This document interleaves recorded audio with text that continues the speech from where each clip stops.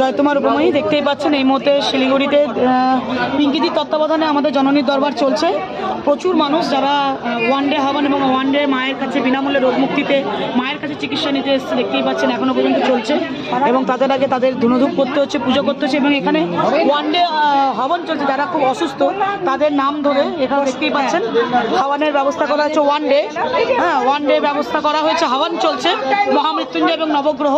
দেখতে পাচ্ছেন আমাদের আশ্রমেরই প্রতিনিধি সুকুমার দা এই মুহূর্তে আছেন, সবার যজ্ঞ করাচ্ছেন। আমি তো বসলে উঠতে পারবো না, এখানে বসলাম। হ্যাঁ, প্রচুর মানুষ যারা খুব অসুস্থ, অনেক বিশ্বাস ভরসায় মায়ের কাছে এসেছেন ওয়ান ডে হাওয়ান, ওয়ান ডে চিকিৎসার জন্য গুরুমার কাছে। এবং আজকে আমাদের পিঙ্কিদির তত্ত্বাবধানে শিলিগুড়িতে আমরা কোচবিহারেও দেখেছি এবং আমরা এখানে শিলিগুড়িতেও দেখতে পাচ্ছি।